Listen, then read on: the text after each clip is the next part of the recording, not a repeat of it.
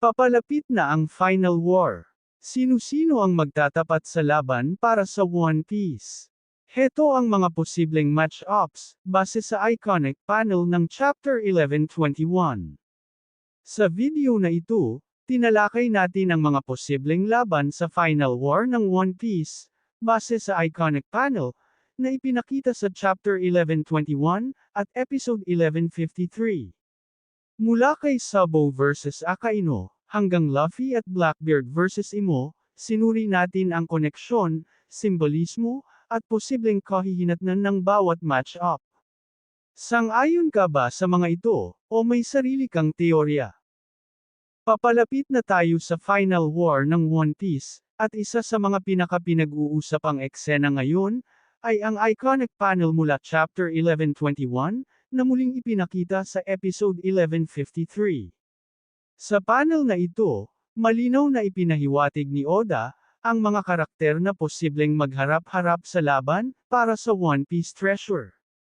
Nandyan ang mga obvious contenders, gaya ng apat na Emperor, pero kapansin-pansin din ang halo ng magkakaibang panig, may mga nasa panig ng kabutihan, at mayroon ding nasa panig ng kasamaan.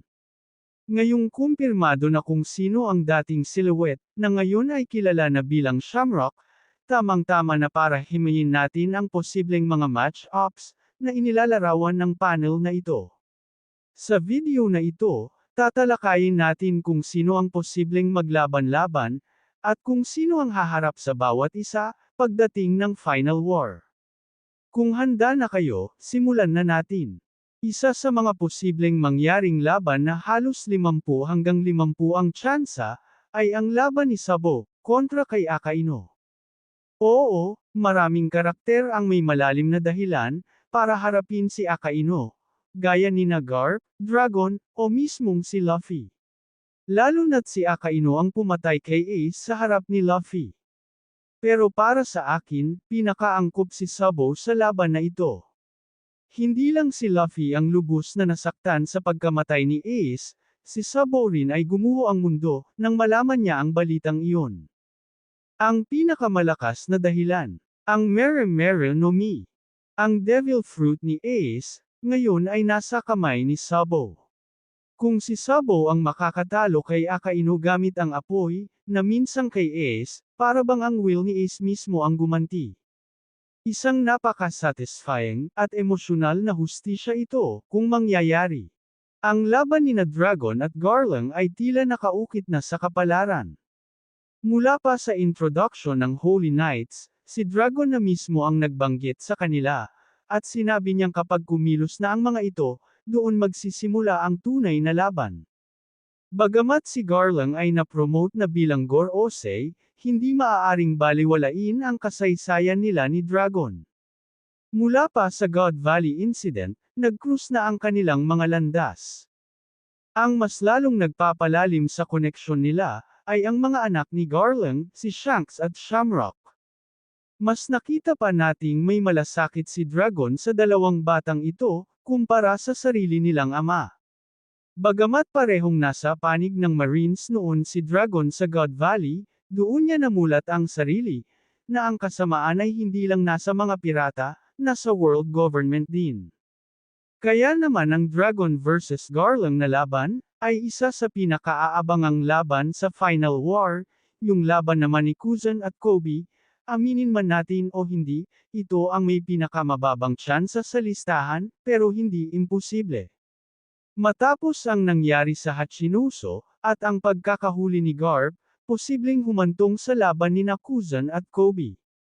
Isa itong simbolikong laban ng present versus future, ang dating estudyante ni Garp, laban sa kasalukuyang tagapagmana ng kanyang ideal. Sa Hachinoso, unang nasal ayan ang tunay na potensyal ni Kobe, at malinaw na malayo na ang narating ng lakas niya.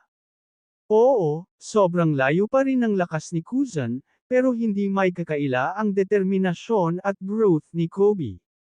Para sa akin, si Kuzan ang magiging pinakamalaking hadlang ni Kobe, bago niya maabot ang level na ipinangako niyang haharapin, ang level ni Luffy.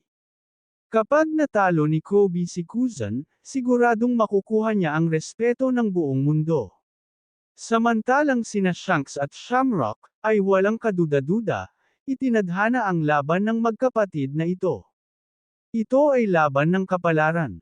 Ang tadhanang hinubog ng mga pirata, laban sa tadhanang pinalaki ng mga celestial dragons. Isang mulat sa katotohanan ng mundo, laban sa isang naniniwalang, ang karaniwang tao ay mga insekto lamang. Kung gaano nakalakas si Shanks sa mga simpleng eksena pa lang, paano pa kaya ang mas nakatatanda niyang kapatid? Kapag nagharap na ang dalawang ito, siguradong yayanig ang buong One Piece community. Luffy at Blackbeard versus Imo. Isa sa pinaka-wild pero makatuwirang teorya. Luffy at Blackbeard na magtutulungan laban kay Imo-sama. Ito ay tila pagmimirror ng God Valley Incident, kung saan nagsanib puwersa sina Roger, Garp, at ang Marines laban sa napakalakas na banta. Magkaiba man ang layunin, kalayaan para kay Luffy, at kapangyarihan para kay Blackbeard, iisa lang ang kalaban nila, kundi si Imo.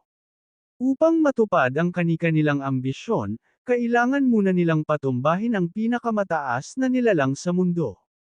At kapag bumagsak na si Imo, doon magsisimula ang tunay na laban, Blackbeard versus Luffy, ang huling digmaan para sa kalayaan.